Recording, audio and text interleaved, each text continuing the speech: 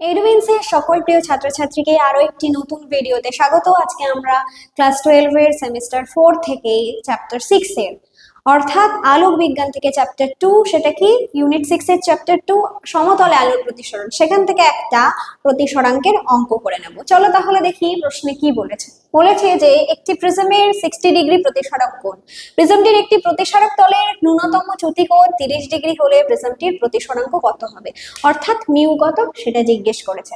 এইবার একটা প্রিজমের ক্ষেত্রে আমরা কি জানি, মিউ ইজ ইকুয়াল টু কি I1 প্লাস I2 মাইনাস কি এই ডেল্টা ইজ ইকুয়াল টু, আমরা কি জানি delta is equal two I1 plus I2 minus কি হয়ে যায় A। এইবার এখান থেকে আমরা আরেকটা জিনিস জানি যে ন্যূনতম চ্যুতিকোণ অর্থাৎ ডেল মিনিমামের ক্ষেত্রে এখানে কি হয়ে যায়, I1 I2 টা সেম হয়ে যায় অর্থাৎ 2y মাইনাস A, এটা আমরা জানি।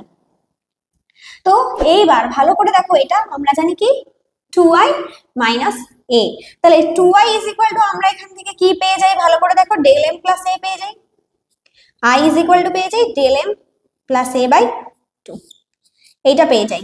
ওকে, আমরা আগে এই জিনিসটা ক্লিয়ার করে নিই। সো এটা আমরা পেয়ে যাই, ক্লিয়ার হয়েছে এটা প্রত্যেকের কাছে। এইবার আমাদের আরেকটা ভ্যালু লাগে এই যে মিউ বার করার জন্য, কি sin I by sin R হয়। এইবার আর এর ভ্যালুটা আমাদের বের করতে লাগবে ন্যূনতম চ্যুতিকোণের রাশিমালাটা প্রতিষ্ঠা করতে। আমি জানি তোমরা জানো, সো আমি দেখিয়ে দিচ্ছি বেসিক কিভাবে আমরা রাশিমালাটা নির্ণয় করি। সো সেখান থেকে আমরা অঙ্কটা সলভ করব। এইবার ভালো করে দেখো, আমরা জানি কি R1 প্লাস R2 মানে A মানে R1 প্লাস R2, এখানে কি হয়ে যায় R প্লাস R, অর্থাৎ এখানে কি দাঁড়িয়ে থাকে A, অর্থাৎ A is equal two 2R, তাহলে R is equal to A by 2। এখান থেকে আমরা মিউ এর ভ্যালু বার করতে পারি, মিউ ইজ ইকুয়াল টু কি লিখি sin I by sin R। এইবার ভালো করে দেখো sin I by sin R, এখানে কি চ্যুতিকোণটা ন্যূনতম হয় অর্থাৎ কি হয়ে যায়, ভালো করে দেখো sin I by sin R, এখানে আমরা ভ্যালুটা বসিয়ে দিই। sin I মানে কি sin, এখান থেকে কি বের করলাম delta m plus A by 2, sin R মানে কি হয়ে যায় sin A বাই 2, এটা আমরা নির্ণয় করতে পারি। তো এটা ক্লিয়ার হলো প্রত্যেকের কাছে। এই ফর্মুলাই আমরা এই ভ্যালুগুলো বসাবো। দেখো এখানে প্রিজমের ক্ষেত্রে প্রতিসরক কোণ A ইজ ইকুয়াল টু কত বলে দিয়েছে 60 ডিগ্রি, এন্ড ডেল্টার ভ্যালু বলে দিয়েছে 30 ডিগ্রি অর্থাৎ ডেল্টা m, কারণ এটা বলে দিয়েছে ন্যূনতম চ্যুতিকোণ বা মিনিমাম ডেভিয়েশন অ্যাঙ্গেল। তো এইবার এখানে আমরা ভ্যালুটা বসিয়ে দিই। চলো দেখি কত হয়, mu is equal to sine কত হচ্ছে delta m is equal to 30 plus A is equal to 60 by 2, এখান থেকে পেয়ে যাচ্ছি sine A is equal to 60 by 2, তাই তো A ইজ ইকুয়াল টু কত আমরা জানি 60। তাহলে এখান থেকে আমরা কি ভ্যালু পেয়ে যাচ্ছি, ভালো করে দেখো sine 90 degree by 2 by sine 30 degree, 90 degree by 2 মানে সাইন 45 ডিগ্রি, আর এখানে আছে সাইন 30 ডিগ্রি। এই জায়গাটুকু ক্লিয়ার হয়েছে প্রত্যেকের কাছে কিভাবে এটা নির্ণয় করলাম।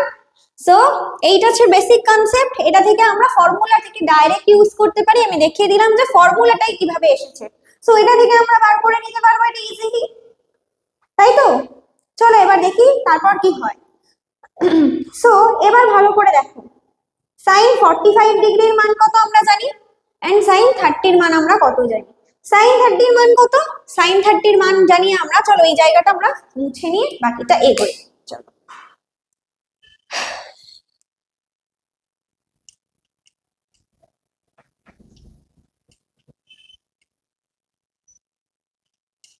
ওকে, তাহলে আমরা এখানে করি সাইন 45 ডিগ্রি মানে আমরা জানি 1/√2, সাইন 30 ডিগ্রি মানে হাফ।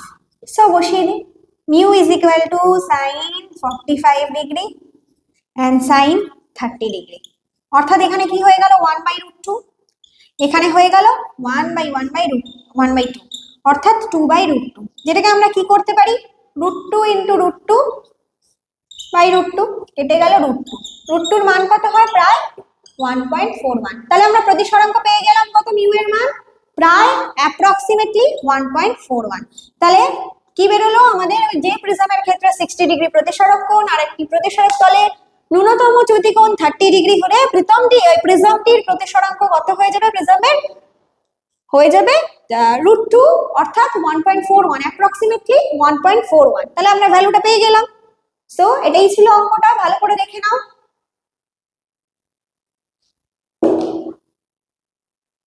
আশা করি ক্লিয়ার হয়ে গেছে। সো এটা ছিল এই নিউমেরিকটা, যেটা কিন্তু তোমরা ইজিলি সলভ করে নিতে পারবে। এন্ড বেসিক কিভাবে যে চ্যুতিকোণ ন্যূনতম হলে কিভাবে সেটা নির্ণয় করতে হয় সেটাও কিন্তু এখানে আমি বেসিক কনসেপ্টটা ক্লিয়ার করে দিয়েছি।